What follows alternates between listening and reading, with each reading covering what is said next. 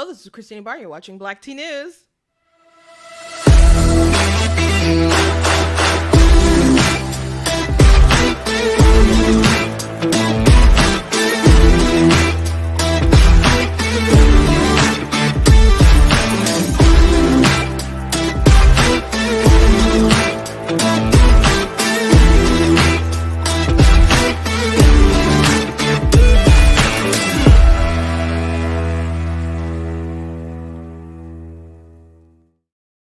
Hello, welcome to Black Tea News. I'm your host, Christina Barr, and today we're going to be talking about Tim Scott. He has announced his run for president, and I'm not surprised that The View had some choice words, particularly Sonny, who says racist, ignorant things all the time, really not surprised. But I want to talk about their reaction. I did watch their segment. I'm not going to go through and play their whole segment because ABC The View is pretty sensitive about, like, the copyright stuff, so and I don't want them to ding it and kick me off the air. So if you want to watch the whole thing, you watch the whole thing, but I'll walk you through what happened and their commentary, and I do have a clip or two to show you. But again, not surprised about their commentary regarding Tim Scott. They don't think he's the worst Republican, but Sonny does have a disdain or distaste at the least bit, we'll say, for people like me, people who are conservative and black. She once said it's an oxymoron to be a black Republican, and but they all had commentary, so we'll go through that. Also, we'll be talking about the story briefly about the story anyway about Bill Gates apparently being blackmailed by Jeffrey Epstein. That was a story that broke the other day, and there's video about him lying about it, so I have that clip to show you guys. Pretending that, there wasn't something deeper going on, but it just raises questions about how many times that he's really done this. Also, there's this article that a mutual of mine on TikTok had shared from this woke website that's supposed to be covering gaming and stuff, but Polygon, and they said that Link is a gay icon, and Zelda fans knows it. But what's interesting about the article, besides it just reaching and all the wishing, because they all have all these fan fictions that they've written, etc., that is so clearly outs them, no pun intended, I guess, about how little they know about video games. So the conversation that I saw surrounding this dealt with, I wish that people were saying, I wish fans actually wrote about the things that they loved rather than these people who clearly don't know, because this is a pretty big error that they made if you're familiar with video games at all. And the particular one that they mentioned, I haven't played individually, but I've played enough to know that they made a mistake. So I'm surprised it's still in the article, but we'll talk about that when we get there. But before we jump into it, I encourage you guys to go to blackteennews.com, check out different content on my website, different articles, videos, etc. If you like what I do here, please consider leaving a donation at blackteennews.com/donate. Cost a stream, run my website, all that good stuff. So if you can't support, God bless you, very much appreciate if you can do it in that way. If you're watching on Facebook, you can also send stars. If you're watching on YouTube, you guys can do super chats and other things like that. And super thanks. And you guys can also visit the store if you'd like to look at different merchandise that we have, like the black tea mug.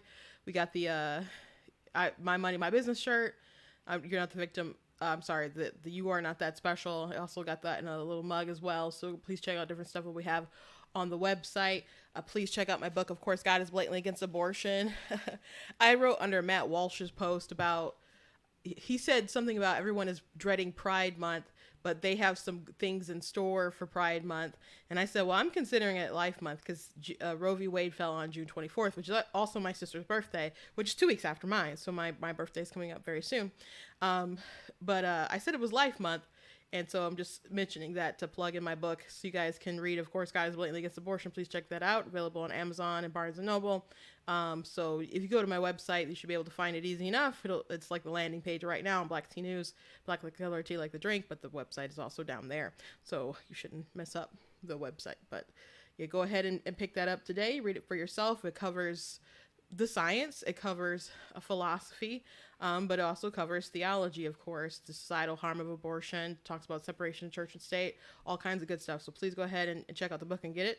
And I know you'll really enjoy it. It was a big labor of love. But it's funny because I saw people pushing back, and someone said, abortion is 14 times safe. It was a guy. I think it's so funny how aggressive pro-choice men will be. As a matter of fact, I have a particular dislike of pro-choice men, I think, but one of the reasons why I made this pro-choice men are sus short for suspect, but they're pushing back and like, abortion is 14 times safer than the pregnancy. And Equal Rights Institute, which I've had one of the people from Equal Rights Institute on before my show, they debunked that several times, but they on their website. So I did post a link to that because that's from a study. They couldn't there were issues with the study and they couldn't replicate the study or whatever at all to get those results. But no, pregnancy is not 14 times safer than abortion. And that's kind of a funny thing to say anyway, because the point of the abortion is that it's not safe. The point of the abortion is that it will harm and kill the baby, the child, the offspring, whatever you want to call it. It's a human being that's alive nonetheless, and the purpose of the abortion is to end that life. So, it's not healthcare. The baby isn't healthier after the abortion, and the point of you going in there is to end up with a dead baby. So, to say abortions are safe and it's healthcare, that you're signing up for the wrong thing. Like, the intent is clear. Like, you want someone, unless it's like some kind of a medical emergency or something going on, the intention is, despite how broken up you might feel about it, the intention is for that living being to no longer be living by the end of the procedure. So at least I hope one day we can at least be honest about things that people are supporting. But so right before I got on, I was pointing that out to somebody, so I don't know what they'll say to that. But yeah, I'm gonna keep pushing it as Life Month, because I certainly not into the other stuff. So is what it is. It's what it is. I do have a meme. Oh, I don't have a meme for you guys, but I have two videos that I saw Jack Posobiec share last night. I don't know if he shared it last night, but I saw it last night. It was probably shared last night because he posts so many different things that I probably just wouldn't have seen in his feed if he shared it like 2 days ago. But back in the day, we know that Budweiser has been having a lot of issues as far as their sales because of Dylan Mulvaney. Someone had like a picture that they posted of a in a store.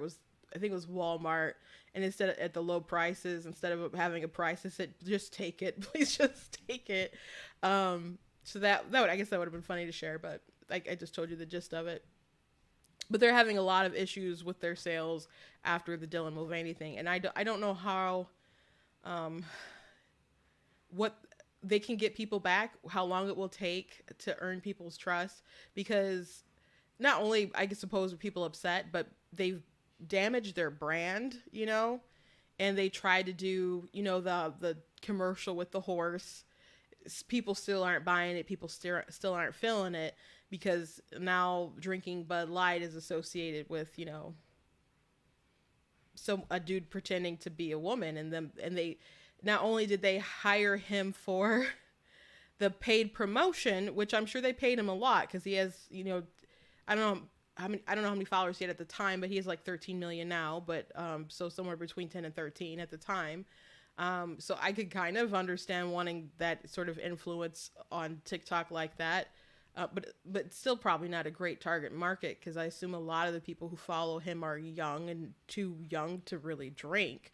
So probably way overpaid for having an influencer like that to do what they did. But they took the time out to put him on a can. So people aren't just going to forget about that. But the funny thing about this is there are commercials that have been popping up that they did in the past with guys in drag. So I just want to go ahead and play. I think I would play both of them that I have. Get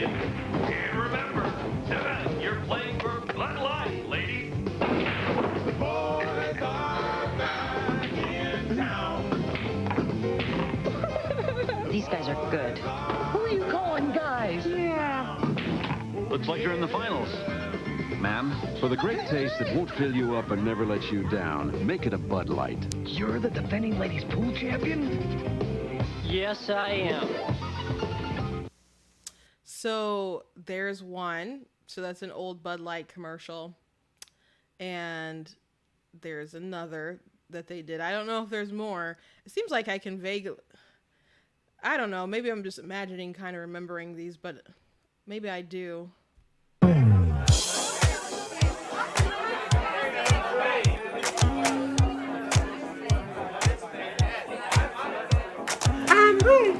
Bud Light, please. Tonight's ladies' night, and there's a special on Bud Light.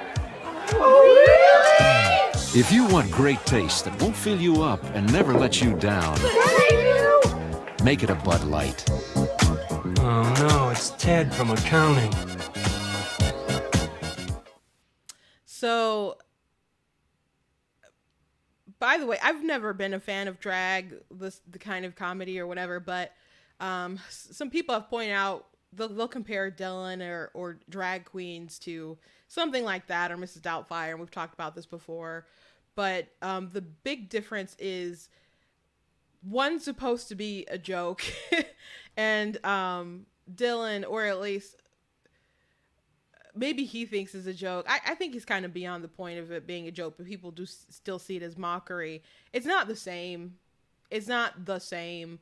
The point of that drag and the point of that commercial is that it is ridiculous, that men look and make ridiculous women. And the real point of those commercials is that men are taking advantage of the situation by dressing up as women to take part of privileges that should be separated by sex. So it's ladies' night. Women are supposed to get drinks half off or free drinks or whatever it is. I've never been to a ladies' night like that. I'm not a drinker or anything like that, but that's the premise of the ladies' night. Drinks are free, or drinks are half off, or drinks or whatever. And or dudes coming in to buy the ladies the drinks or whatever. They want women to the bars, and the incentive is to get women in the bars, and men will come to the bars to meet the ladies in the bars, try to pick up the women in the bars, etc. So that's why they do the incentivized like lady nights and stuff. So the guys want good deals on the beer, so they dress up as the women to go to the bars, or they dress up as women so they can play in the women's sport in sports that's supposed to be sex segregated, and beat the women in that. So it's supposed to be a joke. It's not supposed to be real life. And so someone might be like, it's too real to laugh right now, but it's just kind of so ridiculous that it's manifested into reality, and it's not just parody, and it's not just a joke anymore. Side note, if you guys haven't seen the video, the interview that I did with Riley Gaines, please go ahead and check that out. Riley Gaines swam against Will Thomas / you might know him as Leah Thomas.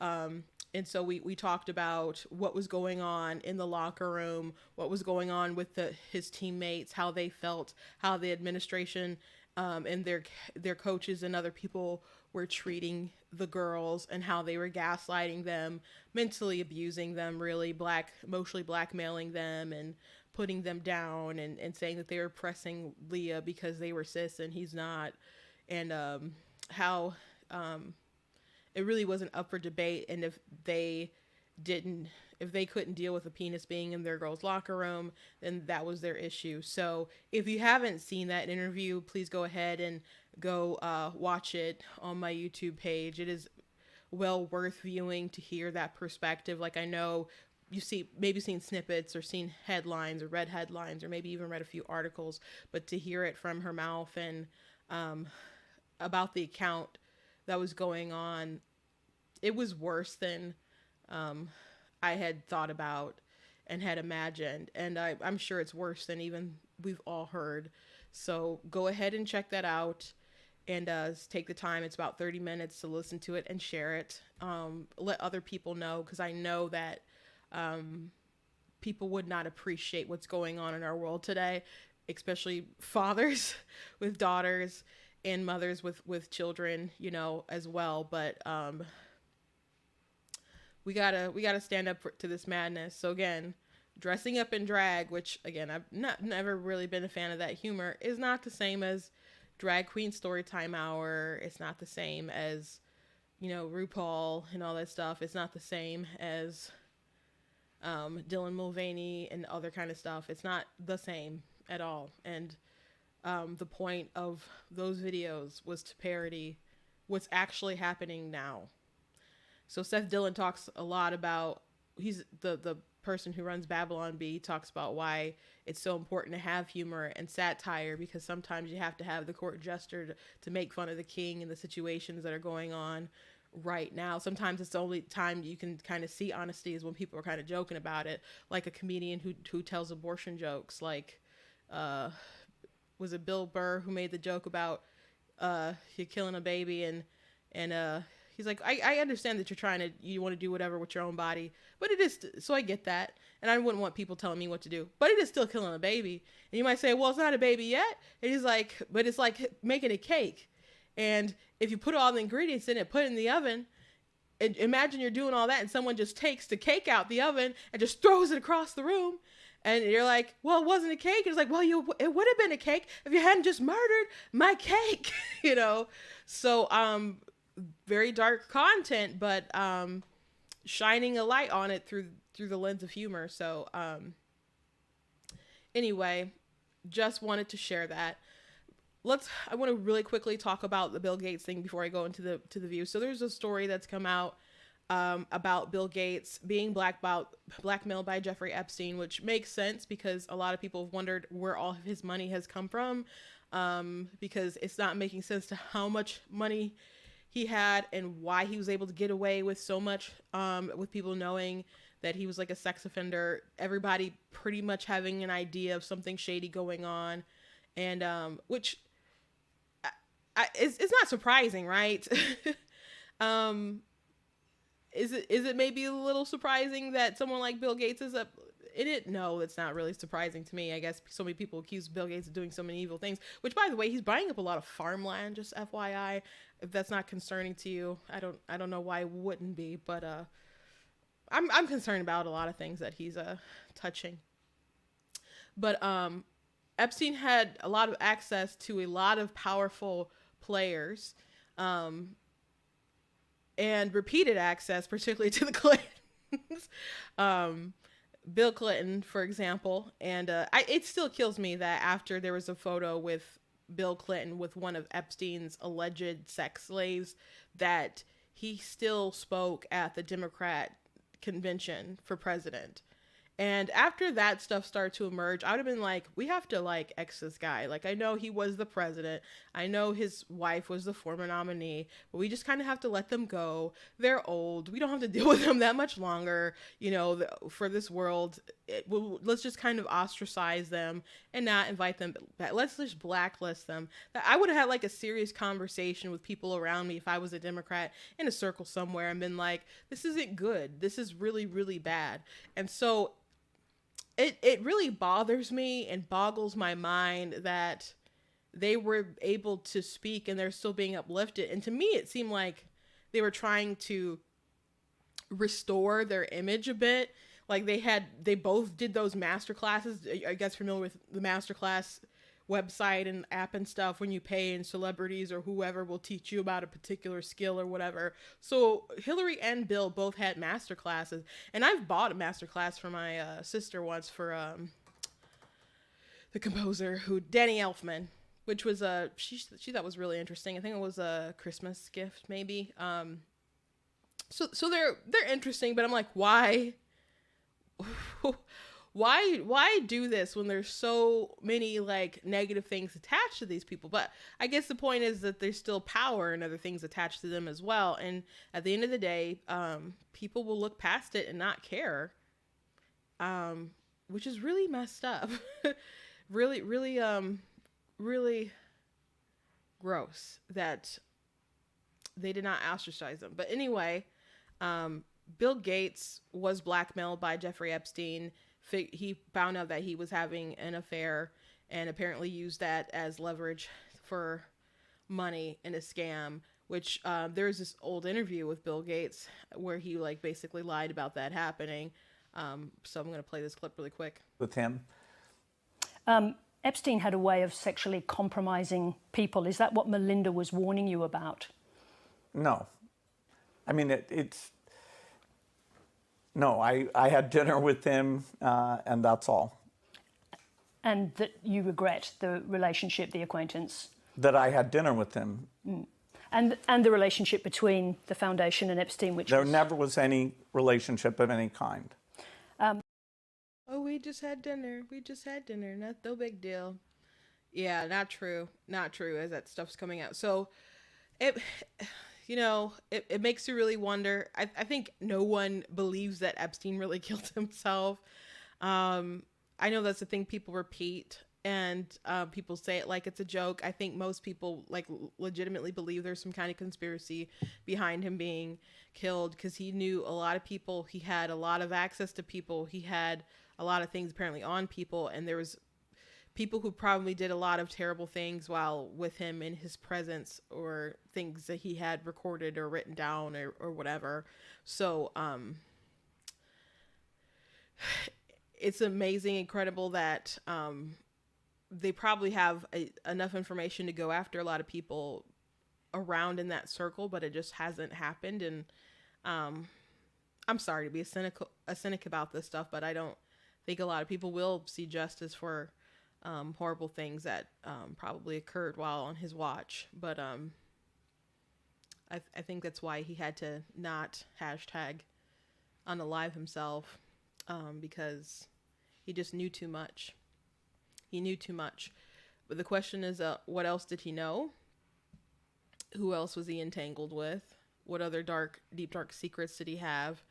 And who's the one who gave the orders? So, but in my conspiracy, though I think we widely don't accept it as a conspiracy. But we'll continue like watching the story to see if anything else comes out about it. But just a little fascinating. One of the richest men in the world, enthralled by Mr. Epstein. And we'll see what else he's got. Okay, The View. So Senator Tim Scott has announced for president, which was rumored and in the air that he was going to run. He's got some, big pockets behind him. Personally, I don't see it going anywhere. I think the only like main contender is like Ron DeSantis, and everybody treats like Ron DeSantis like he's the only real competitor. I think deep down people think that maybe Trump is going to be the one who ends up being the nominee. I think most people who are probably running against Trump think that that's probably a bad idea, but they can't stop it. And they don't want to try to stop it too aggressively. I mean, they're in the race. There are reasons to run besides winning. One, sometimes you have to run multiple times to build up the momentum and the money and all those things. A lot of people run for positions over and over and over and over again before they can get a spot or something. And even if you shoot for the stars, maybe you'll land on the moon or something. So that's what people are doing. People are also raising money. And there's lots of reasons that people run besides winning, especially when they don't think that they can end up winning. Now, some people run on ego, convinced that they can make it to the end, and you never know what's going to happen. But I think most of these people getting in the race are probably aware that they can't make it to the finish line. And I'm not saying that Tim Scott is one of those people. He might have reason to be optimistic, especially if there's big money kind of in the pockets and they're like, hey, go ahead and run. You have a positive message and you're very conservative. You're going to be safer for a lot of folks. Maybe people who are moderate will see this while you've reached across the aisle with the First Step Act and other things like that. And so I guess people can make a compelling case why he would be a good person to make the pitch in a general election. But the question is, are you going to be able to get the people, the red base in a primary season?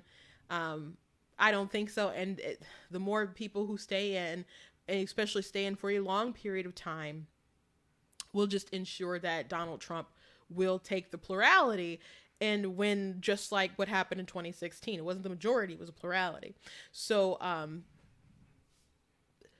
I if they're gonna stay in, they shouldn't stay in like too long. But he probably, I won't say that he's running for ulterior motives. He perhaps thinks he is maybe the best shot to win the presidency in 2024. He may legitimately believe that, but again, the question is, are you going to be able to pull that off in the end? And Donald Trump is just kind of like, more the merrier.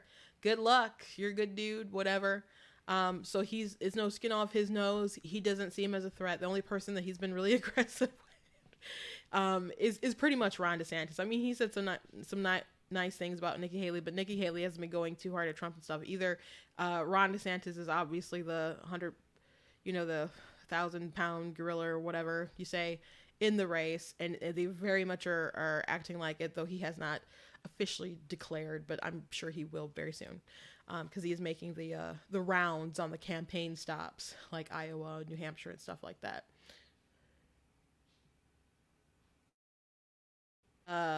That's a good comment. I think he's actually vying for a cabinet spot for Trump. Maybe. Probably. I think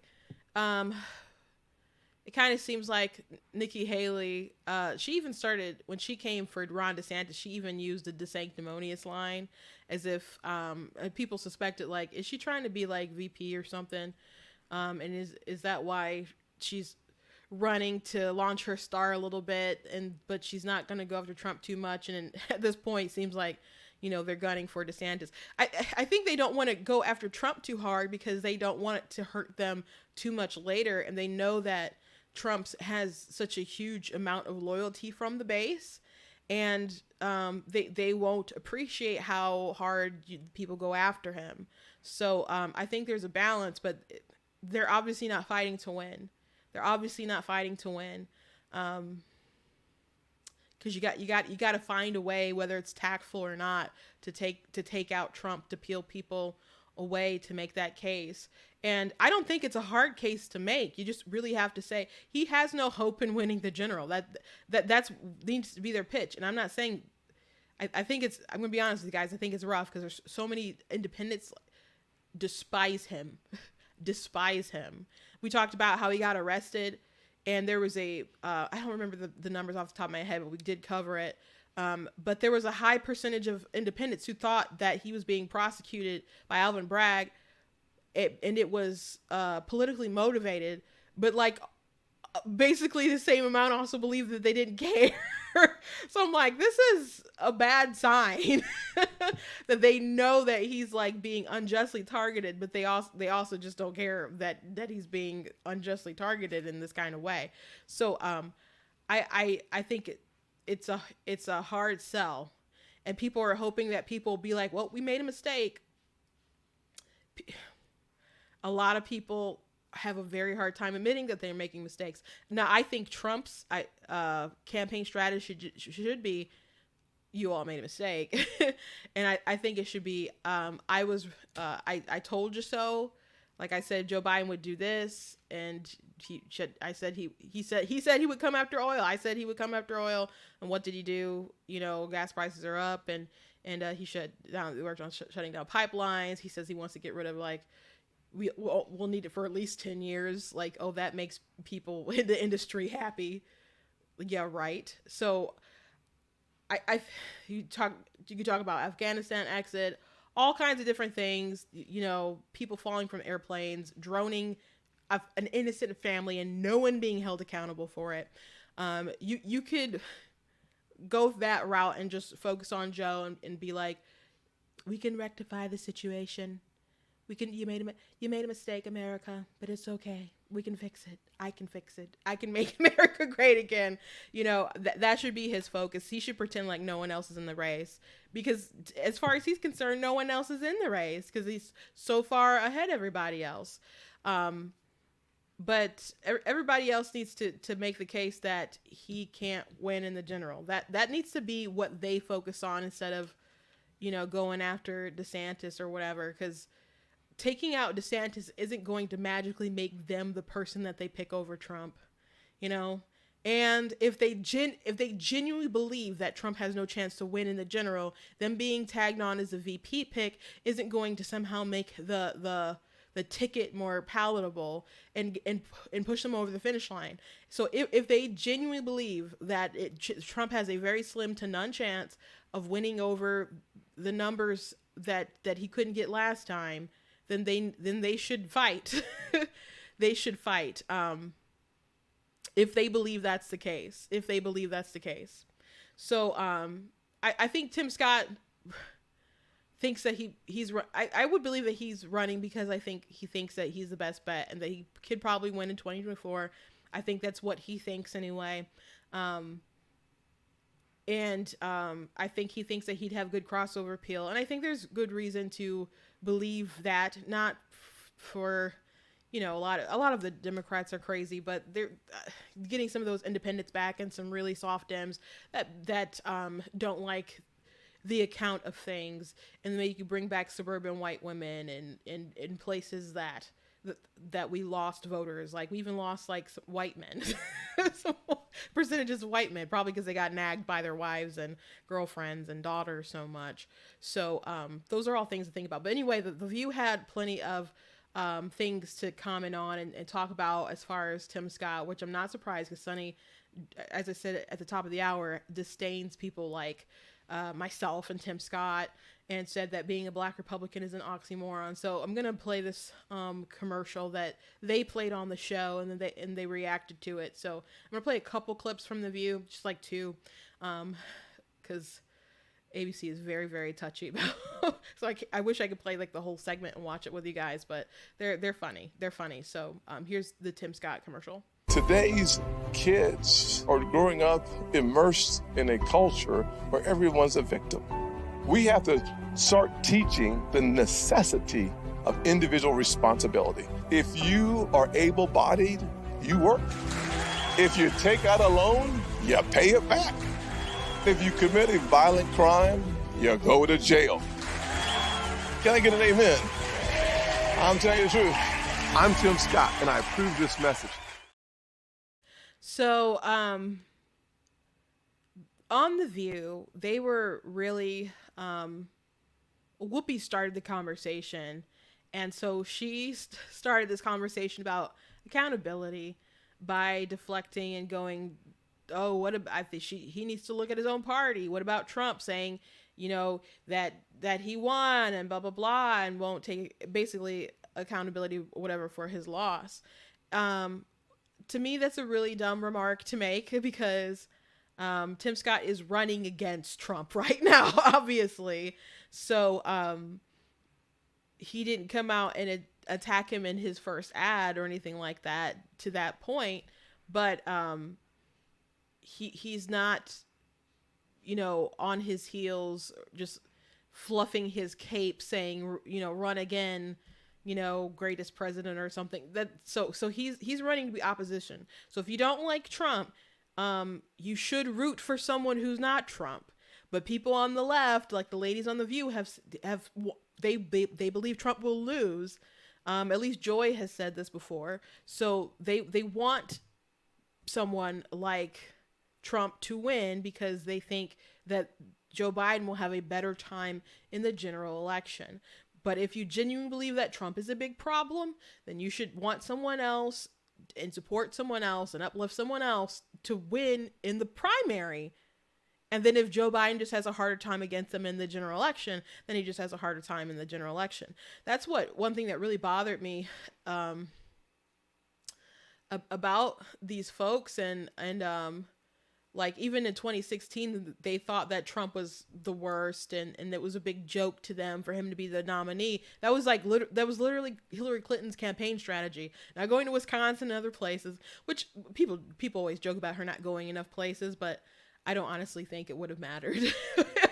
Do you really think Hillary Clinton showing up at more places would make you like her more? I don't think so.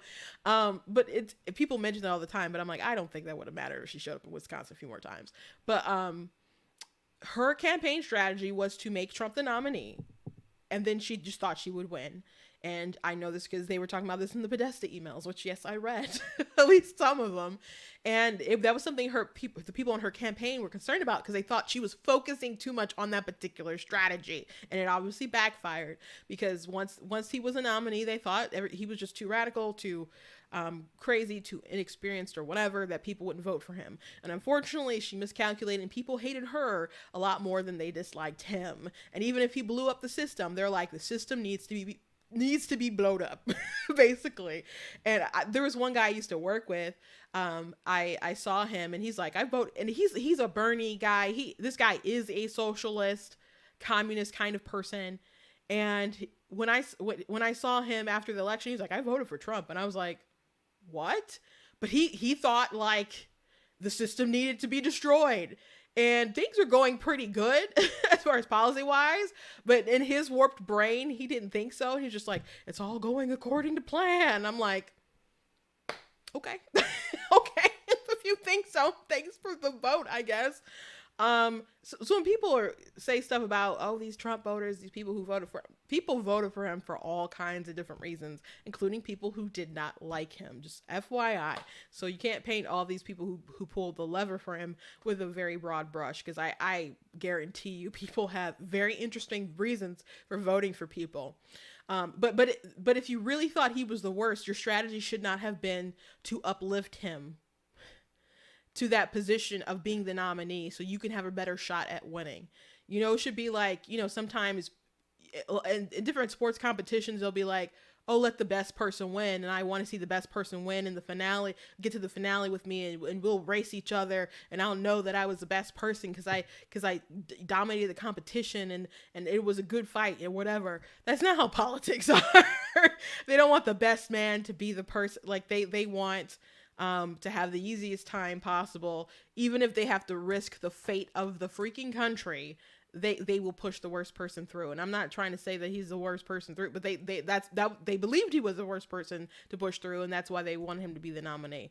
And at that point in time, a lot of people were very unsure of the things that he was promising, if he would even in the end do them. So in 2016, he was a wild card for a lot of people, and so he was definitely a risk. But I thought Hillary Clinton was a guaranteed evil. So if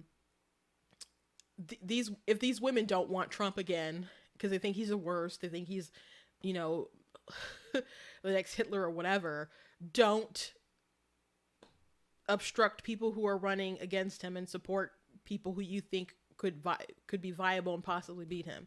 Now, none of them thought that Tim Scott was that person. Most of them didn't have like awful things to say, but Whoopi Goldberg, she and some other women on the panel were just kind of like, who's not taking responsibility? Who's he talking about? And I'm like, what do you mean people are? What kind of question is this? You commit a crime, you go to jail. Like there's a lot of people out here who don't feel that way, or who are getting off very lightly for their crimes. The crime is insane, especially in California, where you have to hit a certain threshold before they'll really come after you for theft. So you have all these young kids or whatever that will go into a store, steal a bunch of stuff, and leave because they know at the end of the day that they're not really going to be held accountable for their actions. Or there was a story about these people robbing Amazon trains and stuff, and there was like a land. I don't think maybe it was a landfill or something. There was a lot of like Amazon products or whatever that people took from the train, and some stuff was unopened, some stuff was opened or whatever. And the police would say like, oh, they'll go after people, but the criminals will mock the police and say, we just know we'll be back out on the streets. So there's a lack of accountability. There's a lack of accountability when there's all the riots in 2020, and they're Kamala Harris, who's the vice president now, tweeting out like, you know, give to the Minnesota Freedom Fund because they'll just bail people out, which some of the people that they bailed out went on to go murder people. So I think they've mentioned that maybe they would rethink their strategy. I don't know if they did or they didn't, but those are the kind of things that the Democrats were supporting. What about Biden pushing student loans? That's a big example. Tim Scott said, take out a loan that you go ahead and you pay it back. That's something that Biden everyone was like, Biden doesn't have the power to just forgive loans. He tried it anyhow. And he kept, you know, failing, etc. So to pretend like no one needs to hear this message that Tim Scott has, that he's just as if it's all some kind of conspiracy, that he's making things up, or that it's only Donald Trump in your eyes who's not taking accountability or whatever. And there's not like a clear kind of mentality going on in our country of people just not taking accountability. That's crazy. That's some serious gaslighting from the ladies of The View. I thought about sharing this video again that I've shared with you guys many times. But it's on my computer somewhere and I didn't have time to pull it up before we started. Of what happened in Kenosha, of the old man who was knocked out, who was like 80 years old, and he had like a fire extinguisher and he was trying to get people out of a store, and I think put out a fire too, and then someone just came and like knocked him in the face and he fell over, and the person who was filming just starts screaming and crying, and she's telling all these black people around, like, you guys, like, what's going to happen when everyone sees this and people come for you, which there was really no justice, I suppose. And then there was this black girl who's like, no, you don't understand. He was laying females out with the air. And I promised you that's what she sounded like. And then I think there was a separate black girl who's like, you don't understand. These black men, they're afraid for their lives out here. You don't understand. And I'm like watching all this chaos. And I'm like, if they were that afraid, would they be looting in the streets like this if they thought police were just going to come and start gunning down people? You know, they were doing those things because they knew they could get away with it. And we're filling people with such entitlement to do crazy things. And I wonder where people's parents are, their grandparents, whoever the heck is raising them or should have raised them. Where are all these people allowing these people to roam the streets so crazily, doing all this theft, all this crime, like no home training, no home values or whatever. And maybe you could say, well, they had some and they're not paying attention. Well, if you don't raise your kids appropriately, then, you know, the streets will get them and then the cops will get them. But now we have these DAs and these prosecutors funded by George Soros. But if you mention that, apparently you're anti-Semitic. Or that's how the left treats it anyway, who just wants these people back out on the streets. They call it justice reform. I suppose it is reform. not in a good way. not in a good way. Not in the least bit. But they're living in a bubble, living in a really crazy bubble. And so their resident Republican on the panel was like, I like Tim Scott. And she said that, you know, he's the first black Republican senator. That's not true. We had black Republican senators right after the Civil War. So Hiram Revels, I believe, is the first black Republican senator. So not true. But I do like Tim Scott. And I don't think she made like an enormously great case, but I think she's there to be a moderate kind of voice. And there's a lot of stuff that, you know, she says I'm not too fond of. But Sonny was the one who said the crazy comments, because everybody was kind of like, had their comments, but they were maybe not too rough. But Sonny was like, I'm the one who I guess has to burst the bubble. So we're going to play Sonny's comment. And then Whoopi had a comment to piggyback off her comments, which is pretty telling. So we'll start with this clip here. I guess. I don't know who his message is supposed to resonate with, actually. He's talking about victimhood and personal responsibility as if people aren't taking responsibility for their own actions. And it just... I mean, I just talked about this, so I guess I don't need to really interject. But again, delusion. If you really think that there's all these people out here in America today, in 2023, that there's just a plethora of people who do different things, whether it's crime or racking up their bills or whatever, that folks are just taking responsibility for themselves. That that is not going on in the world today. And they don't even really believe that anyway, because they bring up Trump and they bring up Republicans. So them saying, I don't know, they don't even believe it themselves. They just don't want to take, ironically, they don't want to take accountability right now for their own side. And they don't want to have to agree with Tim Scott that there's people out here. We have a big cultural problem in America today with people not taking responsibility. So they just have to gaslight and pretend like this message can't possibly resonate with anyone, and that it's all just a big lie. Seems to me that the Republican Party has a real racism problem. I mean, and those aren't my words, those are the words of Michael Steele in 2018. He was asked as the former RNC chairperson that was the first black person to hold that position, and he said there's a real problem with racism within the Republican Party, and he should know.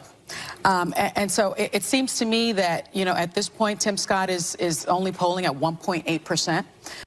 So they always mention Michael Steele. The View has a big racism problem. One of those ladies not too long ago, I guess it was more than a year ago now, right? Probably with the Whoopi Goldberg things that she said about the Holocaust and the Jews, and that got her, was she all gone for like 2 weeks? People were wondering if she was going to keep her job or not. But Sunny herself has said repeatedly some racist, really, really racist things, particularly about black people who don't think like her. So to, again, this whole theme of like, I don't know who they're supposed to reach. And then she throws out the racism thing.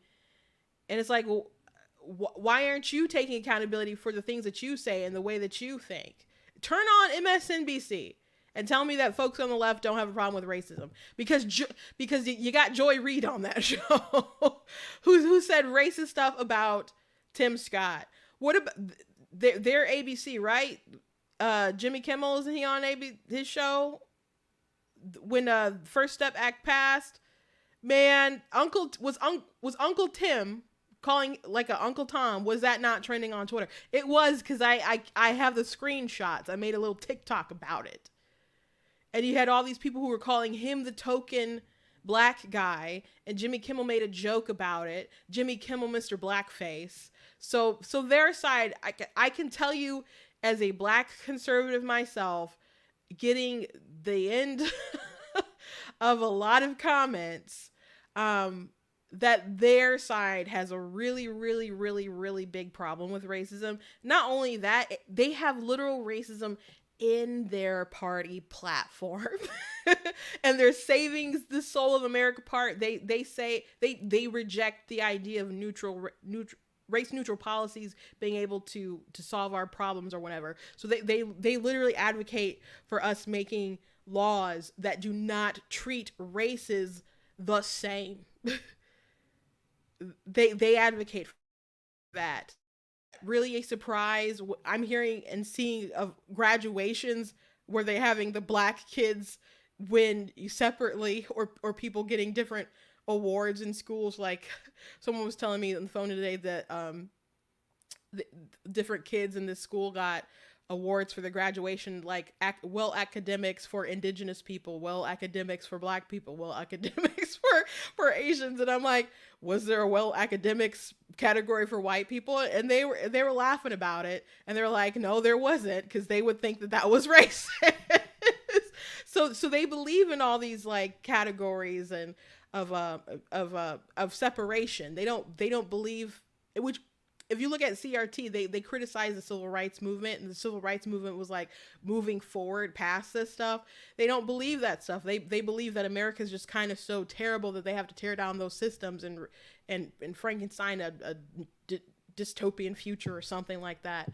So, but Sunny herself is like, doesn't care for black Republicans, thinks they're oxymorons, doesn't want to understand them, and says the most ignorant things on this show, this platform. So you can point to the thing that Steele said, you know, some years back when he was the RNC chair, which that I know some inside baseball. They didn't treat him well. I don't know if it's because, I don't think it's because he's black.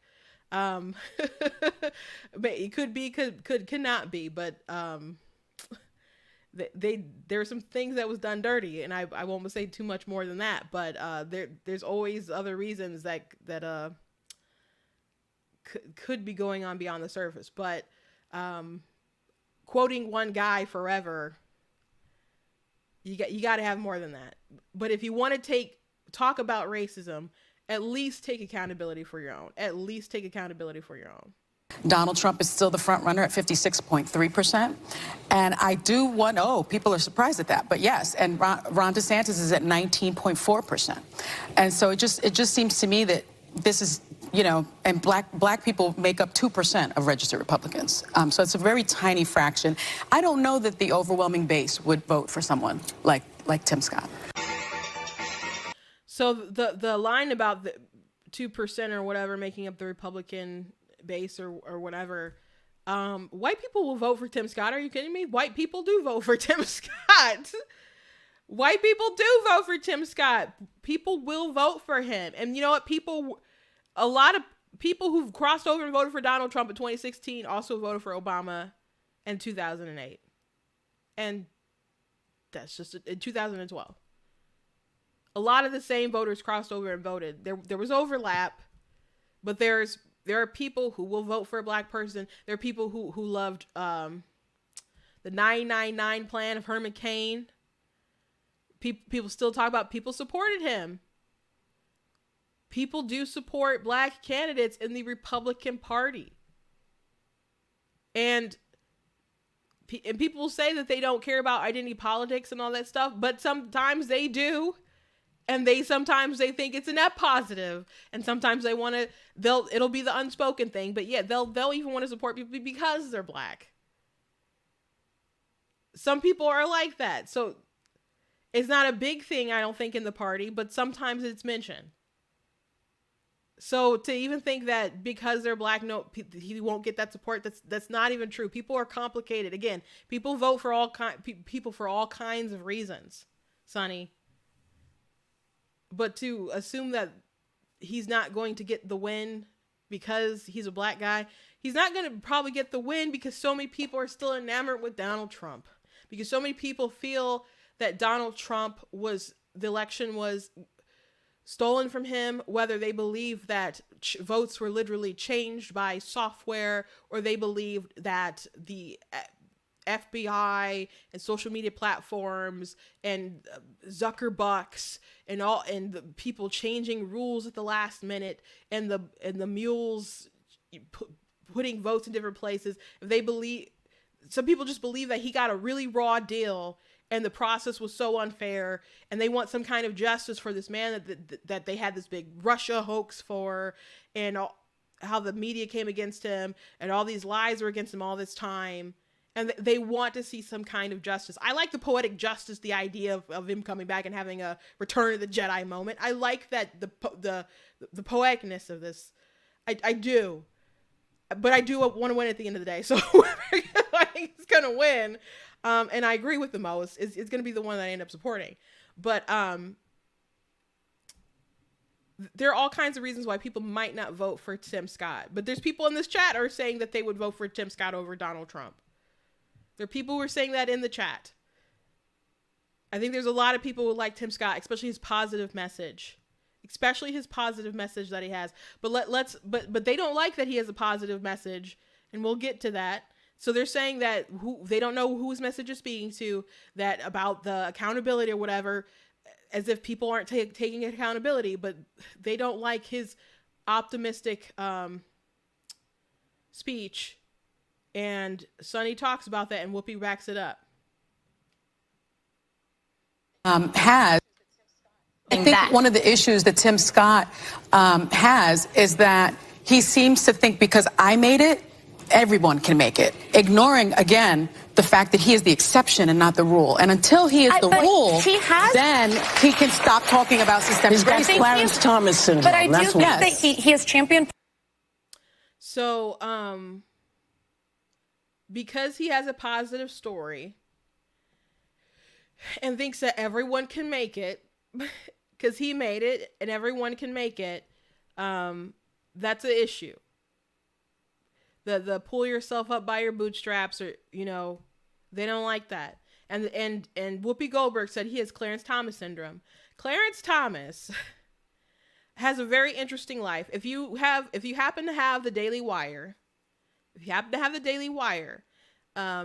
go spend an hour or two watching the documentary Created Equal that they have on Clarence Thomas. He has a very fascinating life.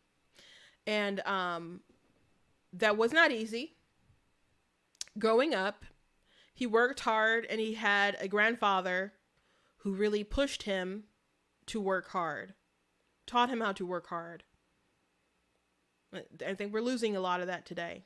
And I've talked a lot about how I fear what's going to happen with a lot of our elder Americans pass away, and a lot of those values about hard work just kind of go out the window. But he worked very hard to get where he is right now. But he was not always a conservative. He had a real kind of crisis over race, because there was all these racial tensions in the United States, and in his Catholic school where he was going, he saw racism there, and he didn't think that the church was responding appropriately. So this is why his story is so interesting. I think people should watch it, even people who don't like him, because there's so many things going on today that people could probably parallel and be like, wow, this is a real human being who just had an evolution in his way of thinking. Not because he just became some kind of terrible Uncle Tom or something like that, but just he had a journey to the point where he was doing really radical things himself, and he had to come to a revelation of, I'm filled with so much hatred. God, I need you to help me here, because I don't recognize who I am. And so he had to have a come to Jesus moment within himself and turn from that. And then he started, making a shift within his philosophy and his reading and reading Thomas Sowell and other folks like that, and having like a profound impact on him. And he fleshed out his judicial philosophy, which is very solid. And eventually he came to be where he is. But if not for the help that he got from other people who were even not on the same side that he was ideologically at the time, he wouldn't be where he is today. So we don't live in a bubble. We don't live in a vacuum where no one else supports us and no one else gets there. We can talk about lifting yourself up by your bootstraps, but we wouldn't have the strength to do that if other people wouldn't help us out in life.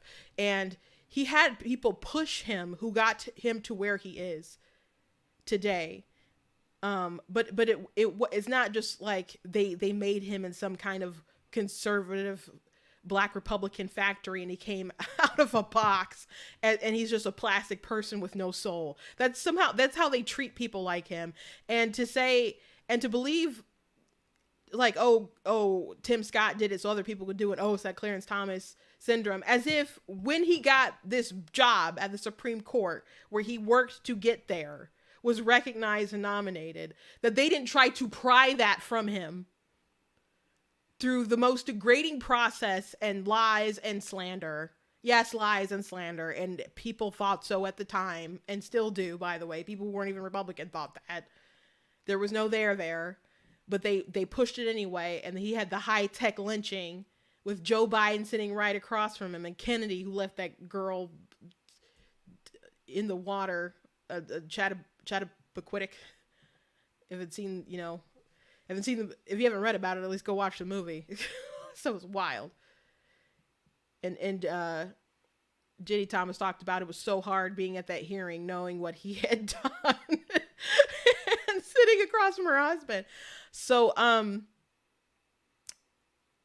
to say that, just to throw it out there, like he hasn't had a whole entire life, a whole entire history filled with anguish and hard work and suffering and humiliation and racism and hatred and overcoming that to become a better human being. It's just disgusting what these ladies don't know or don't appreciate about him. And it's also disgusting because Sonny's trying to tear down Tim Scott, and Sonny repeatedly does this about Black Republicans that she doesn't like. And they repeatedly do that on the show. They do it on MSNBC. They do it everywhere. But they did the same thing to Clarence Thomas and the NAACP, which they do mention on the show, about how, in that segment too, I think in Florida, the NAACP issued a travel advisory about black people going to Florida. There's so many black people in Florida, it's ridiculous. A friend of mine just moved down to Florida, and she kind of gave me an open invitation, so I don't know when I'll be having my vacation, but it'll be hopefully sooner rather than later.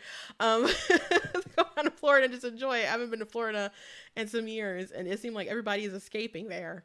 But she left our godforsaken blue state of Michigan, and now she's going to go live in the red utopia of Florida. But they're playing games, ridiculous games, like they did with Clarence Thomas. But they at first they said that they wouldn't get involved with his hearing, but they needed to get involved with his hearing because they needed the cover for other people to attack him. So if the white women wanted to attack Clarence Thomas, they couldn't do that unless they first had the blessing of the NAACP. So the NAACP had to act first and attack, so everyone else could feel free and clear with permission to attack the black man. That's how they operate. That's how they operate. So they see other black Democrats attack black Republicans in such a way that people feel like they have the freedom to attack as well, including white people, white liberals, who will have the audacity to say the most awful racist things. So I'm not a fan of these girls from The View, these women from The View, and they say that the most awful stuff over and over again, but they are paid for their dumb opinions, so what else can we expect, honestly? Anyway, someone left me a comment today that was pretty racist, but I'll table that and share it with you guys a different day. I want to talk very quickly about this article from Polygon, and link the character from Legend of Zelda, who they say is a gay icon. And it's funny because they really mess up something in the article. I don't know if they're aware of that they messed it up or not, but people are having a good laugh about it, at least where I'm looking at it on social media. So Link is a gay icon, and Zelda fans know it. So okay. It's about the subtext. The Legend of Zelda's queer themes are more than just subtext. Legend of Zelda's beloved iconic protagonist Link is tagged in more than 17,000 pieces of fan fiction on Archive of Our Own. Among these stories, more than 300 are tagged with trans Link, and nearly 2,000 feature Link in a romantic relationship with Prince Sidon or Ganondorf for the enemies to lovers fans. AO3 may not be the only metric for how many Zelda fans interpret Link as gay and or transgender, but it's the one of the biggest. This is no surprise, as fans have been speculating on Link's gender and sexuality since at least 2009, though realistically he's been on the minds of queer players since The Legend of Zelda was first released in Japan in 1986. So just because a lot of people write fan fiction and reach in that kind of way doesn't mean anything. I've dabbled in fan fiction back in the day as a young Dragon Ball Z enthusiast. Sorry to the people who message me every so often about finishing my stories. Sorry, I left you hanging. But a lot of people would write stories about Vegeta and Goku being gay, and they're certainly not gay. So just because a lot of people will write fan fiction, I don't think that's a determination of a character maybe secretly being gay. Now they go through other reasons. Nintendo hasn't outright denied rumors that Link is queer, leaving the door open for further fan interpretation. For decades, heteronormativity has forced queer people to exist on the fringes of society, including within the media we consume. So I hate this word, like heteronormativity, because it is normal because it's how you got here, right? That's reproduce by, heteronormativity. Your mommy and your daddy, reproduction, the natural sort of way. So yeah, it's dependent on all of our existence. So the people who like mention heteronormativity like it's some kind of big distasteful or thing that you disdain within our society. It's literally how we have a society. So it's very odd. It's just design. It's just whether you think it's evolution or design, it is what it is. In art, it's common to see queer-coded monsters and especially queer-coded villains, particularly because of how the Hays Code prohibited depictions of homosexuality on screen. Queerness has historically been labeled a form of depravity, and queer rights continue to be under threat today as anti-LGBTQ legislation skyrocketed in 2022, given the history and political climate, as well as the propensity for fans to hold fast to their theories regardless of confirmed canon. So even if it's confirmed, they don't care anyway. Zelda fans have come up with countless queer interpretations for the iconic character. This became especially apparent during the lead up to the Twilight Legend of Zelda Breath of the Wild.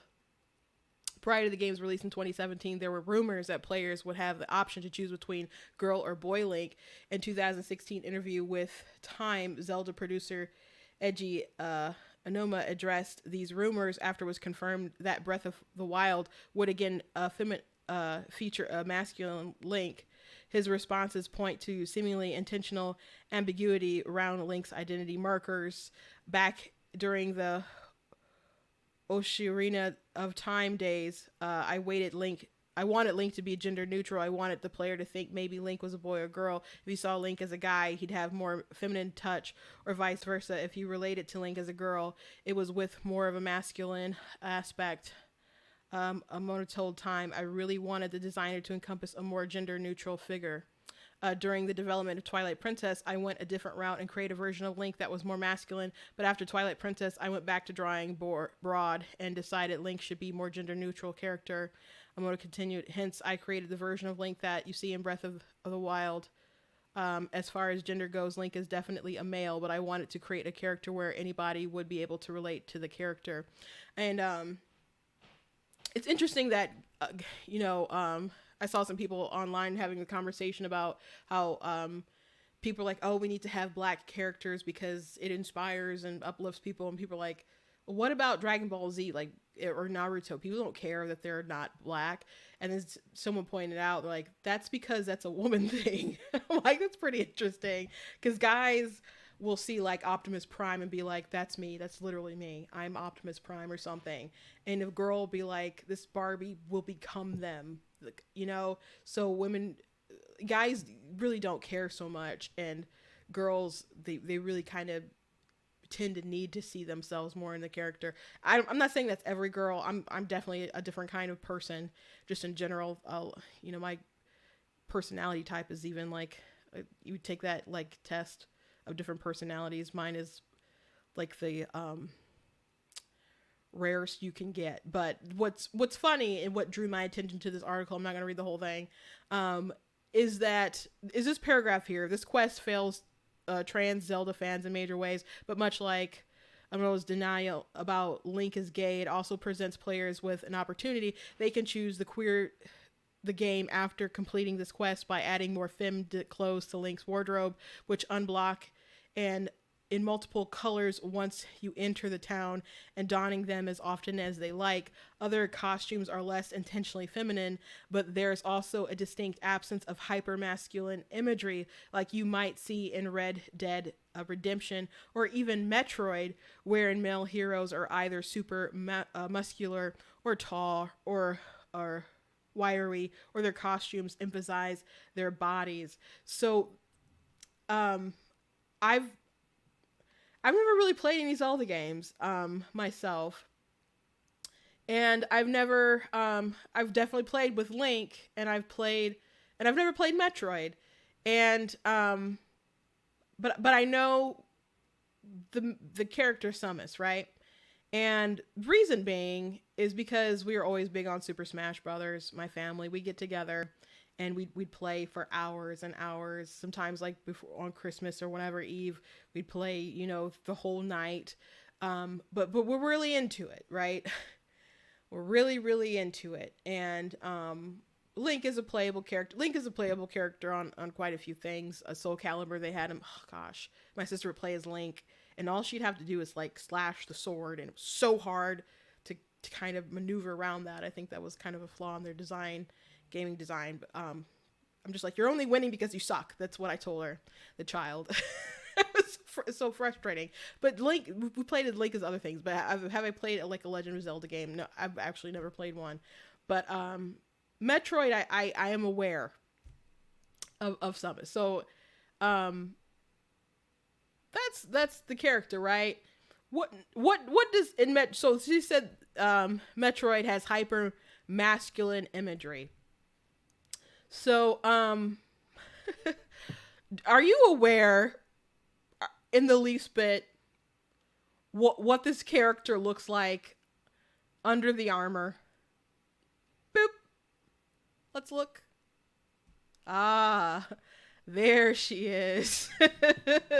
There she is. So strange to put that in the article. So very strange. So, that's hilarious. At least it is to me. So again, my friend, let me see if I can find his tweet really quick. Yeah. I'm going to go to his tweet and actually just read what he wrote and share it with you guys really quick.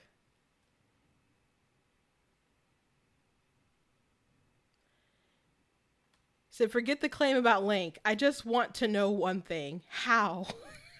Throw the whole article out. Game journalists, the summest disrespect. Let me do some more art and go back to bed. Yeah, because Summers is, of course, is a woman. So a lot of these people who are writing about the culture and the things that we really like and we really enjoy aren't really fans of them themselves. And again, I admit I haven't really played Legend of Zelda games. I have seen Link before because of like instances where it crosses over, you get to play as Link and stuff. But same case with Summers, but I at least know. I at least knew that was wrong. Oh gosh.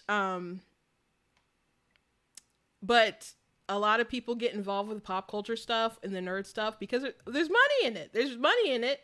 And they don't really care about if people really love the stuff or not. They'll write their stuff and appeal to the weird crowds that really want trans Link and all this stuff. But of course it's ridiculous, but that's the world we're living in. Anyway, that's the show for today. I hope you guys had fun and enjoyed it. Oh my gosh, Tina's on. She said, I love playing as Link of Soul Calibur too. Yeah.